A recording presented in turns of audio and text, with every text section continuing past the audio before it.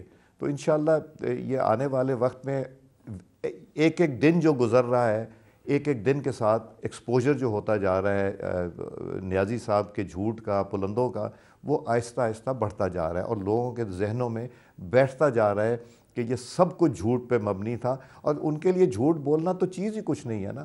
جھوٹ بولا اور جھوٹ بولنے کے بعد اتنے بڑے دعوے کیے, اور یہاں تک کہ ہمیں اداروں کو بھی اس کے اوپر پریس کانفرنس کرنی پڑی آ کے.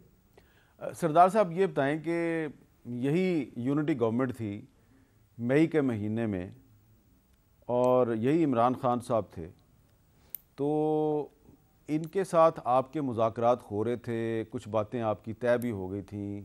ابھی تک ان مذاکرات کی تفصیل قوم کے سامنے نہیں آئی. ہمیں تو کچھ تھوڑا سا پتہ ہے, لیکن تھوڑا سا آج آپ بتا دیں گے. سوال میرا یہ ہے کہ مئی کے مہینے میں آپ ان کے ساتھ مذاکرات کر رہے تھے, یہ آپ کے ساتھ مذاکرات کر رہے تھے, اور اب دسمبر آ گیا ہے, تو اب آپ ان کے ساتھ مذاکرات کے لیے تیار نہیں. اب عمران خان صاحب کہہ رہے ہیں آؤ ہمارے سے مذاکرات کرو, الیکشن کی ڈیٹ دو, اور آپ ان سے مذاکرات کے لیے تیار نہیں ہیں. تو مئی میں آپ ان سے مذاکرات پہ راضی کیوں ہو گئے تھے, اور اب راضی کیوں نہیں آپ؟ دیکھیں مئی میں ہمیں ریکویسٹ آئی تھی کہ جی آپ ان کے ساتھ مل لیں. اب مجھ سے بہت ڈیٹیلز نہ پوچھیے گا, نہیں تھوڑا سا تو بتا دیں نا. ساری باتیں پرویز الہی صاحب نے بتانی ہے, کچھ آپ بھی بتا دیں. اچھا, پرویز الہی صاحب سے بس ہماری ملاقات کسی دوست نے کروا دی. انہوں نے کہا کہ جی ملنا چاہتے ہیں. ایک ہی دوست تھا آپ سب کا, باجوہ صاحب آپ کے دوست تھے. اچھا چلیں, انہوں نے آپ کی ملاقات کروا دی, پھر آگے کیا ہوا؟ نہیں, باجوہ صاحب نے نہیں ہماری باجوہ صاحب نے نہیں کرائی تھی, یہ میں وثوق سے کہہ سکتا ہوں. وہاں پہ اچھا میرا پرویز کھٹک صاحب اور اسد کیسر صاحب کا کوئی چند دن پہلے فون آیا تھا کہ یار ہمیں ملاقات کرنی چاہیے, بیٹھنا چاہیے ملک کے حوالے سے. میں نے کہا جی ہمیں ضرور بیٹھنا چاہیے, ہمیں ضرور بات چیت کرنی چاہیے, اور انشاءاللہ میں اسلام آباد آؤں گا تو ضرور کیجیے گا. اچھا, انہوں نے نہیں کیا رابطہ, پرویز صاحب نے بھی اور اسد کیسر صاحب نے, وہ بھی میرا خیال ہے اپنی چیزوں میں مصروف رہے. مگر ہمیں رات کو پیغام ملا. میں نے اسپیکر ہاؤس کا رنگ و روغن ہو رہا تھا, اسپیکر صاحب گھر میں سو رہے تھے, یوسف رضا گیلانی صاحب بھی آرام کر رہے تھے. میں نے ان کا گھر کھلوا کے میں نے صفائی تھوڑی بہت ان سے کہا یار کرو جا کے کہ صبح ہماری میٹنگ ہے. تو ایک نیوٹرل گراؤنڈ پہ ہم لوگ بیٹھے. وہاں جو پی ٹی آئی کے دوست تھے ان میں سے دو تو بڑے ریزنیبل تھے, اور دو صاحبان آئے اور انہوں نے آ کے کہا, دو میں سے بھی ایک صاحب نے یہ کہا کہ بھئی ہمیں کس لیے بلایا ہے, آپ نے بات کرنی ہے تو بات کریں, ڈیٹ ہمیں دینی تو دے ڈیٹ, ہمیں کس لیے بلایا ہے. تو میں نے دیکھا جو میرے ساتھ کولیگ گئے ہوئے تھے, اتفاق سے میرے خیال ہے مسلم لیگ نون کا کوئی نہیں تھا, بٹ دوسری جماعتوں کے ایک دوست تھے. تو میں نے کہا جی آپ کو تو غلط فہمی ہے, یہ میرے پاس میسیجز ہیں, اب میں نام نہیں لوں گا کس کس کے, ان کے میسیجز ہیں کہ ہمیں ملنا ہے دوستوں کے, ہمارے پی ٹی آئی کے دوستوں کے, اور آپ کی ریکویسٹ پہ ہم یہاں آئے ہیں. اور اگر آپ یہ کہیں کہ آپ نے وہ مارچ اب کہہ دیا کہ ہم مارچ کر رہے ہیں اور اب ہم آپ کو ڈیٹ دیں, تو یہ تو سوال ہی نہیں پیدا ہوتا. اس کا مطلب ہے ہم آپ سے بلیک میل ہو گئے. تو وہ صاحب اور ان کے ساتھ ایک اور صاحب تھے, وہ اٹھ کے غصے میں باہر چلے گئے, جس پہ پرویز کھٹک صاحب نے بھی کہا کہ یار کولیگز میں اس طرح نہیں ہوتا, اگر آپ ڈس ایگری بھی کریں تو آپ کو اٹھ کے جانا چاہیے. اور وہ آنریبل لوگ ہیں پرویز کھٹک اور اسد کیسر صاحب, جو کہیں گے کہ ہاں جی یہ ہوا تھا. اور وہ دو صاحبان اٹھ کے باہر چلے گئے. پھر وہ خود سے 5 منٹ کے بعد واپس آ گئے, اور ہم نے ان کو یہی بتایا کہ جی ہم ان حالات میں جو رویے کا بھی ایشو تھا, جس طرح کہ ہم شاید پتہ نہیں وہ آئیں گے اور آ کے جس طرح پانی سیلاب میں گھروں کو بہا کے لے جاتا ہے, شاید اس طرح اسلام آباد بہہ جائے گا. ان کی شاید یہ سوچ تھی یا کیا، بٹ مجھے افسوس ہوا کہ جو ان کا رویہ تھا اس وقت وہ بہت ہی نامناسب اور سخت رویہ تھا. اور یہ ذرا پرویز خٹک صاحب کو اور اسد کیسر صاحب کو لے لیجئے گا، ان سے کہیے گا کہ اللہ تعالیٰ کو حاضر جان کے یہ بتائیے کہ رویہ ان کا ٹھیک تھا یا نہیں تھا. تو اس کے بعد پھر بات ہو ہی نہیں سکتی تھی اور بات آگے نہیں چلی ہماری، اور ہم واپس آ گئے، وہ اپنا چلے گئے، ہم آ کے اپنا کام شروع کر دیا. یہ وہ دن تھا جس دن عمران خان صاحب اپنا لانگ مارچ پشاور سے اسلام آباد کی طرف لا رہے تھے؟ جی یہ اس دن کی صبح 10 بجے کی بات ہے. تو اس کے لیے کوئی ہیلی کاپٹر بھی ارینج کیا گیا تھا کسی کو لانے لے جانے کے لیے؟ یہ مجھے نہیں پتا. اچھا. وہ اس لیے کہ اسپیکر صاحب کو بھی ہم نے دعوت دی تھی کہ نیوٹرل جگہیں، یوسف رضا گیلانی صاحب بھی تھے، شاید نوید قمر تھے، اسد محمود صاحب تھے، فیصل سبزواری تھے، شاید ہم یہ لوگ تھے. تو آئندہ آپ کو لگ رہا ہے کہ آنے والے دنوں میں یا مہینوں میں کوئی تحریک انصاف اور آپ کے درمیان دوبارہ مذاکرات شروع ہو سکتے ہیں؟ مجھ سے پوچھیں ذاتی طور پہ تو میں تو کہوں گا کہ مذاکرات ہونے چاہیے، اس لیے کہ الٹیمیٹلی چیزیں مذاکرات پہ ہی ختم ہوتی ہیں، مذاکرات کے بغیر تو حالات نہیں ہو سکتے. مگر مولانا فضل الرحمان صاحب کا ایک بڑا وہ سخت سٹینس ہے کہ کس چیز پہ ان سے بات کریں. بات کرنے کے لیے جو ہمارے دوست آتے ہیں ان کی بھی لمیٹڈ اختیار ہوتا ہے، اور مولانا صاحب نہیں تیار، مگر مولانا صاحب کو منت ترلا کیا جا سکتا ہے کہ مولانا صاحب بیٹھ جائیں اگر ضرورت ہے، مگر یہ ڈیسیجن کلیکٹیو ہوگا. یہ ہم اکیلے مسلم لیگ نون نہیں لے سکے گی، پیپلز پارٹی، JUIF، MQM، سارے اتحادیوں کو بٹھا کے پھر یہ فیصلہ ہوگا کہ ہمیں کیا کرنا ہے اور کس طرف جانا ہے. اچھا سردار صاحب، آپ مجھے یہ بتائیں کہ آپ کو کیا لگ رہا ہے کہ پرویز لائی صاحب کہہ رہے ہیں کہ اسمبلیاں جو ہیں وہ مارچ میں ٹوٹ سکتی ہیں، اگر مارچ میں ٹوٹتی ہیں تو پھر الیکشن جو ہے وہ جولائی یا اگست میں ہوگا، اور PTI کے جو بہت سے رہنما ہیں وہ کہہ رہے ہیں کہ الیکشن جو ہے وہ تو مارچ 2023 میں ہوگا، اس کا مطلب ہے کہ اسمبلیاں دسمبر میں ٹوٹیں گی. تو یہ پرویز لائی اور PTI پہلے ایک پیج پہ کیوں نہیں ہے؟ جی میرا خیال ہے ڈیولپمنٹ فنڈز کا بھی ایک ایشو ہے کہ کافی اربوں روپے کے ایک کو ڈیولپمنٹ فنڈ مل رہے ہیں، وہ بھی ایک ایشو ہے. بٹ میرے ذہن میں جو چیز آتی ہے، دیکھیں اگر مارچ میں ٹوٹتی ہیں، اگر دسمبر میں ٹوٹتی ہیں تو پھر ہم تو الیکشن کے لیے تیار ہیں، مارچ میں ٹوٹتی تب بھی الیکشن کے لیے تیار ہیں. مگر توڑے گا کون؟ توڑے گا تو شہباز شریف صاحب اور یہ جو گورنمنٹ کے الائز ہیں ان کا فیصلہ ہے نا، یہ فیصلہ کریں گے. مگر ایک چیز ہے، اگر مارچ میں ہوتی ہے تو رمضان شریف آ جائے گا، پھر بجٹ آ جائے گا، بڑا کروشل پیریڈ ہوگا پاکستان کے لیے کہ ان حالات میں بجٹ کون پریپیئر کرے، کیئر ٹیکر کرے گا، پھر ایک اور آ کے بجٹ دینا پڑے گا جو نئی حکومت آئے گی اس کا. سو مارچ سے لے کے اپریل مئی جون تو تقریباً مجھے ناممکن نظر آتا ہے. رمضان شریف، preparation of budget, presentation of budget, اور پھر جون کے بعد اگر فرض کریں جولائی میں حکومت آئے تو پھر ایک اور بجٹ. تو اس کے اوپر تو سوچا ہی نہیں جا سکتا. اور جو مارچ کی بات کر رہی ہیں، دسمبر گزر گیا تو مارچ والا بھی ٹائم آؤٹ ہو گیا.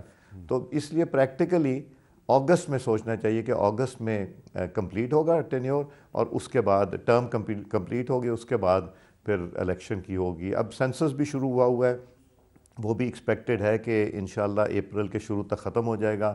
پھر الیکشن کمیشن کو بھی 4-5-6 مہینے چاہیے ہوں گے اپنا کام ڈی لیمیٹیشن کرنے کے لیے، اس کے اوپر بھی کام ہونا ہے.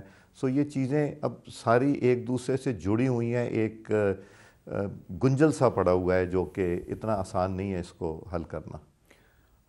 سردار صاحب چلیں، الیکشن جب بھی ہوتا ہے تو آپ کو نہیں لگتا کہ کچھ ایسے واقعات ہو رہے ہیں جس کی وجہ سے تحریک انصاف جو ہے وہ اس نے اب مظلومیت کی چادر اوڑھنی شروع کر دیا ہے؟ آج بلوچستان ہائی کورٹ نے بھی کہہ دیا ہے کہ سینیٹر اعظم سواتی صاحب کے خلاف بلوچستان میں مزید مقدمات جو ہیں وہ درج نہ کیے جائیں. آپ کو نہیں لگتا کہ ایک سینیٹر جس کا تعلق خیبر پختونخوا سے ہے اس کو اسلام آباد سے گرفتار کر کے اور بلوچستان کی ایک جیل میں بند کر دیا جاتا ہے، تو آپ تحریک انصاف کو مظلوم بنا رہے ہیں اور اس کا ان کو فائدہ ہوگا الٹیمیٹلی؟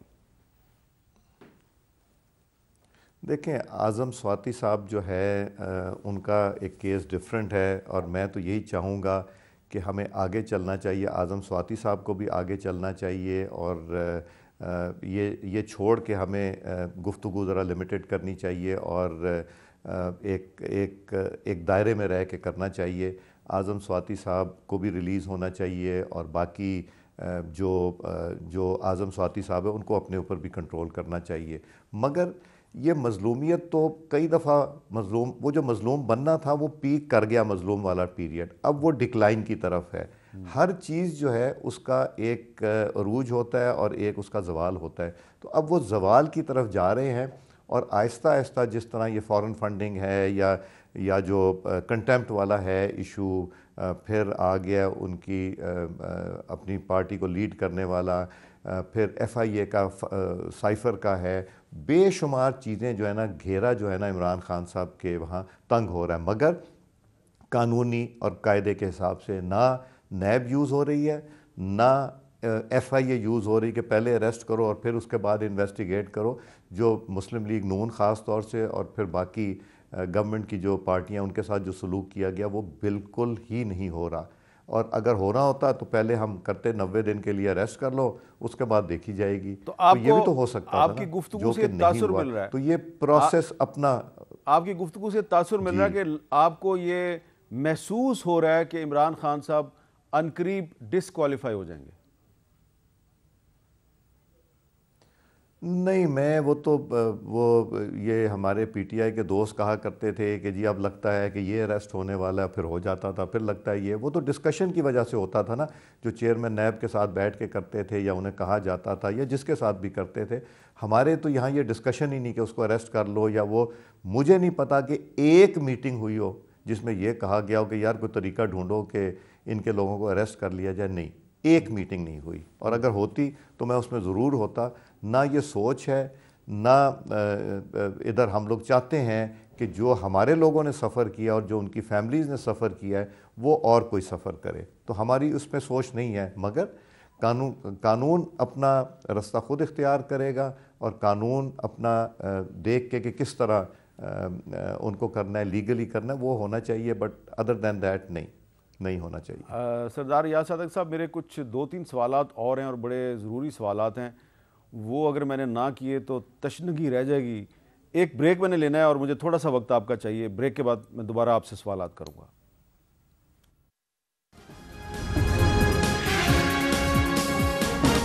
کیپٹل ٹاک میں خوش آمدید. وفاقی وزیر برائے سیاسی امور اور اقتصادی امور سردار ریاض صادق صاحب سے ہم گفتگو کر رہے ہیں. تھوڑی دیر میں ہم چوئی شجاعت صاحب سے بھی بات کریں گے.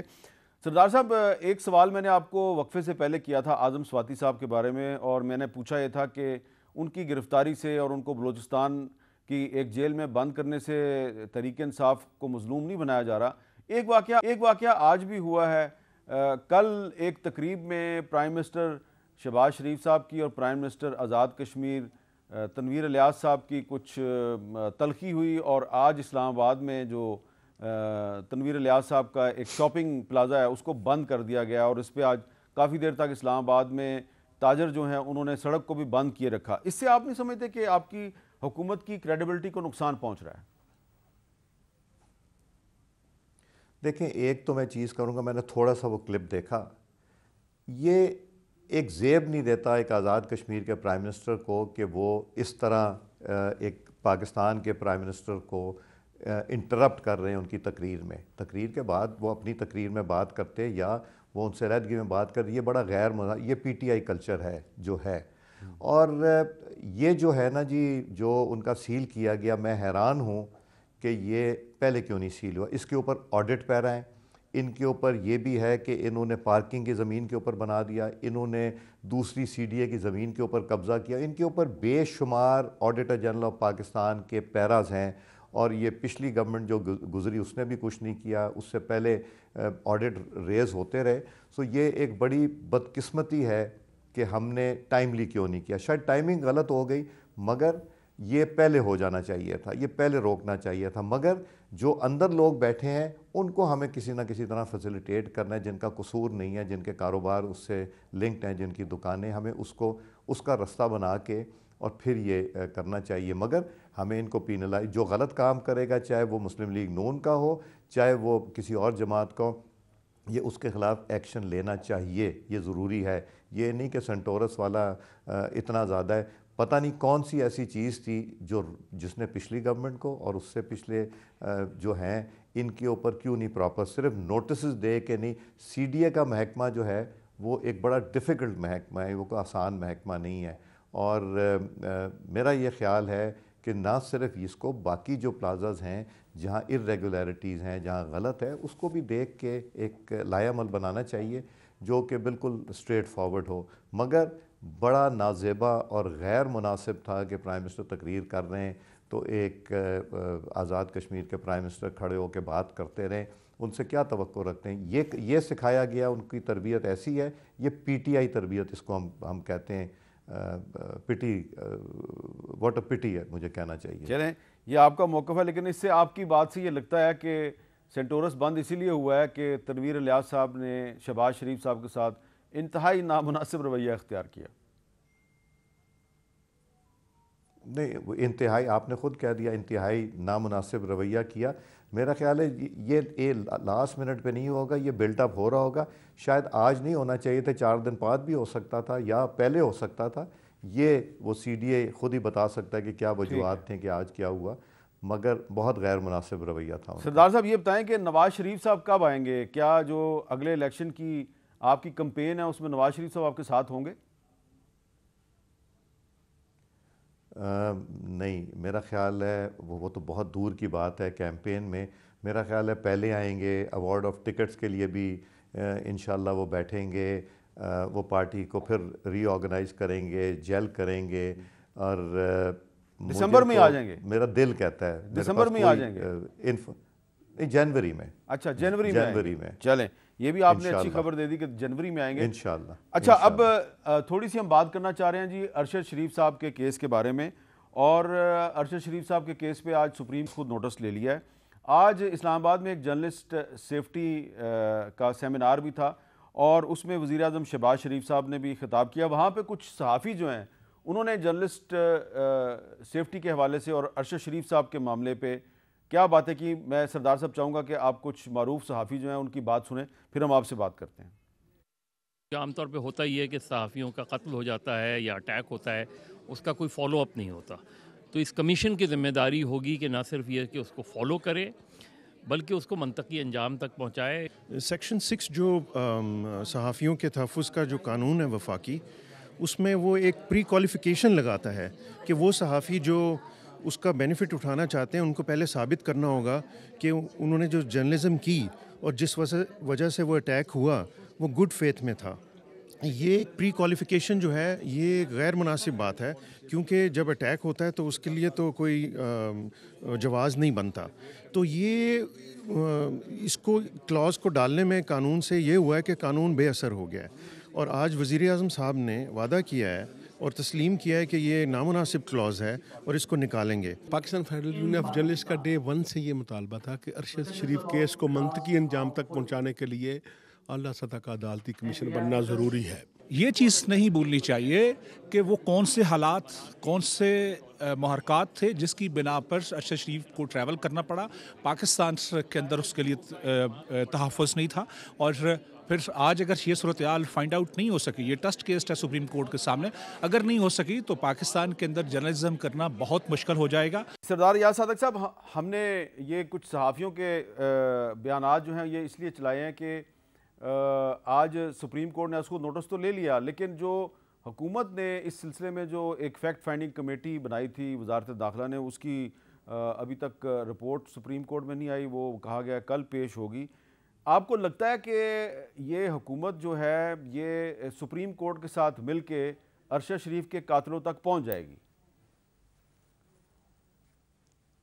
حامد صاحب, میں وثوق سے یہ کہہ سکتا ہوں, چونکہ میں کچھ میٹنگ میں رہا جہاں افسوس کا اظہار بھی ہوا کہ جو کچھ ہوا, مطلب پورے پاکستان میں کوئی بھی خوش نہیں ہوا کہ جو کچھ ہوا.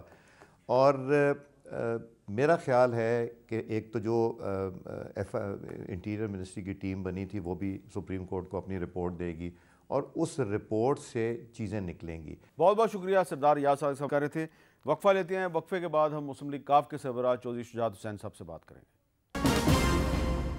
کیپٹل ٹاک میں دوبارہ خوش آمدید. اب ہم بات کریں گے چودھری شجاعت حسین صاحب سے, کافی عرصے بعد ان سے بات ہو رہی ہے. چوئی شجاعت صاحب بہت شکریہ آپ نے ٹائم دیا. یہ بتائیں کہ پچھلے دنوں عمران خان صاحب نے ایک انٹرویو میں یہ کہا کہ جنرل باجوہ جو ہیں وہ بڑی ڈبل گیم کھیلتے تھے. انہوں نے اگر پرویز لائی کو کہا کہ تم پی ٹی آئی کی طرف چلے جاؤ تو دوسروں کو کہا ہوگا کہ آپ مسلم لیگ نون کی طرف چلے جائیں. تو کیا کوئی ایسی بات جنرل باجوہ نے آپ سے کہی تھی؟ گیموں کی بات تو چلتی رہتی ہے، گیم میں ہوتی بھی رہتی ہیں، ختم بھی ہو جاتی ہیں، لیکن جیت جو ہے نا وہ کبھی کبھی کسی کی ہوتی ہے. تو میں اس سلسلے میں یہ کہنا چاہوں گا کہ باجوہ صاحب نے مجھے یہاں ساروں کو بالکل کوئی بات نہیں کی. ہمارے ساتھ تو کوئی بات نہیں ہے. پرویز صاحب کے ساتھ جو بات کی ہوگی وہ بہرحال وہ خود بتا سکتے ہیں، لیکن میرے ساتھ یہاں ان کی کوئی بات نہیں. میں نے تو جب اس دن ووٹ کا مسئلہ تھا تو میں نے ساروں کو کہا کہ آپ جا رہے ہیں ووٹ ڈالنے کے لیے، آپ پہلی دفعہ جا رہے ہیں زندگی میں کہ آپ ووٹ ڈالیں گے، تو آپ نے اللہ کو جان کے تو آپ نے ووٹ ڈالنا ہے، اور جو سمجھتے ہیں آپ کے درست ہے وہی کام کریں. اسی دوران زرداری صاحب کا فون آ گیا مجھے. انہوں نے کہا سالہ کی طرح اس کو میرے پاس بھیجیں، میں بھی اس سے کچھ بات کرنا چاہتا ہوں. تو میں نے کہا ٹھیک ہے. میں نے سال کو کہا جی چلے جاؤ پہلے زرداری صاحب کے یہاں، تو اس کے بعد آپ بتا دینا. تو سال جب گیا تو زرداری صاحب نے یہ کہا جی کہ آج ووٹنگ ہو رہی ہے، لیکن ہم نے سب نے فیصلہ کیا ہے جس میں فضل الرحمان شاہ بھی شامل ہیں، میاں نواز شریف بھی شامل ہیں، باقی سارے لیڈران شامل ہیں 12-13. سب نے یہ کیا ہے کہ ہم نیشنل جوائنٹ نیشنل الائنس کے ٹکٹ ہولڈر کو دیں. جوائنٹ اپوزیشن کا الائنس جو بنا تھا اس کو انہوں نے فیصلہ کیا جی کہ ہم نے شہباز شریف کو وزیر اعظم بنانا ہے. اس فیصلے کے تحت ووٹنگ ہو رہی ہے. تو آپ انہوں نے بات ختم ہی نہیں کی تھی تو سارے نے کہا جی کہ میں ابا سے میں نے پوچھ لیا تھا، اور انہوں نے بھی یہ کہا کہ زرداری صاحب جیسے کہتے ہیں آپ کریں. تو زرداری صاحب نے جو بات کی کہ بھی آپ میں نے یہ آپ کو بتا دی ہے کہ جوائنٹ اپوزیشن الائنس کے کینڈیڈیٹ شہباز شریف ہیں، تو انہوں نے کہا جی میں بھی جا کر ان کو ووٹ دوں گا. یہ ووٹ کی اتنی بات تھی. اب کئی مارچیں چل رہی تھی، کوئی مارچ چلا رہا ہے، کوئی چلا رہا ہے، کیا اس میں بحث میں آدمی پڑا ہے. تو اس کا مطلب آپ کو باجوہ صاحب نہیں، آپ کو زرداری صاحب نے کہا تھا کہ ووٹ کدھر ڈالیں. یہ بتائیں چوئی صاحب کہ آج کل بڑی بات ہو رہی ہے جی کہ مارچ 2023 میں نیا الیکشن ہونا ہے، تو لگتا ہے آپ کو کہ مارچ کی جو بات ہے اس میں واقعی کوئی سنجیدگی ہے اور الیکشن مارچ 2023 میں ہو جائے گا؟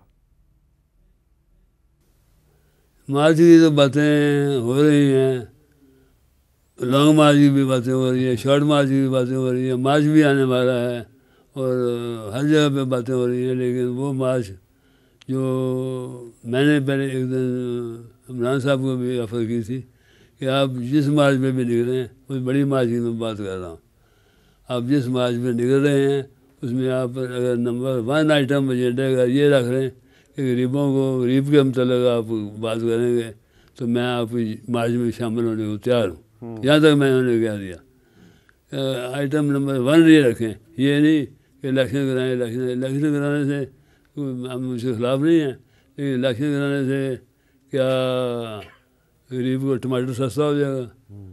اصل بات تو یہ ہے کہ اس کی جو تنخواہ دار طبقہ ہے، دوسرا طبقہ ہے، اس کی جو جس طریقے سے وہ پٹ رہا ہے مہنگائی میں، اس کو بچایا جائے. اچھا یہ بتا صاحب کہ آپ کے اور چودھری پرویز الہی صاحب کے جو سیاسی راستے ہیں یہ دوبارہ اکٹھے ہونے کا کوئی امکان ہے؟ میرے خیال کے مطابق تو ہم جدا ہوئی نہیں. اچھا میرے خاطے میں میری ذہن میں تو کوئی ایسی چیز نہیں ہے، لیکن اگر اتفاق سے وہ ایسا مسئلہ انہوں نے سوچا کہ سوچے بغیر کیا ہے تو وہ انشاءاللہ تعالیٰ میں تو سمجھے درست ہو جانا چاہیے. اچھا بڑی کر رہے ہیں آج چوئی صاحب. آپ یہ بتائیں کہ ابھی کل پرسوں آصف زرداری صاحب آپ کے پاس آئے تھے، کچھ بتائیں گے کیا باتیں ہوئیں آپ کی؟ جب ہمارے گھر کے دوسری گلی میں جو رہتے ہیں تو آتے جاتے رہتے ہیں تو آپ کو گافیہ بھی ہوتی رہتی ہے، دوسری بھی چیزیں چلتی رہتی ہیں. تو لیکن آپ ملکی لیول کے اوپر بھی باتیں ہوتی ہیں, ٹھیک ہے, صوبائی لیول کے اوپر بھی ہوتی ہیں جو کہ طاقت ٹام جیسے جسے کہتے ہیں, اس طرح کی چلتی رہتی ہیں, خاص بات تو نہیں. اچھا, بہت بہت شکریہ جناب چودھری حسین صاحب ہمارے سے بات کر رہے تھے. تو اس گفتگو میں ایک چیز آپ نے نوٹ کی ہوگی کہ پرویز الہی صاحب بھی یہی کہہ رہے ہیں کہ میری بات ہوئی تھی جنرل باجوہ صاحب سے, جنرل باجوہ صاحب کی چودھری شجاعت سے کوئی بات نہیں ہوئی تھی, اور چودھری شجاعت حسین صاحب نے بھی پرویز الہی صاحب کا جو موقف ہے اس کی تصدیق کر دیا, ان کو انڈورس کر دیا ہے, اور یہ بھی کہا ہے کہ میری تو پرویز الہی کے ساتھ کوئی لڑائی نہیں ہے, اور میں نہیں سمجھتا کہ ہمارے راستے جو ہیں وہ علیحدہ ہو گئے ہیں, ہم تو ابھی بھی اکٹھے ہیں. تو بڑی پازیٹیو بات ہے اور بڑی گہری بات ہے, اس پہ غور کیجئے اور مجھے دیجئے اجازت. اللہ حافظ.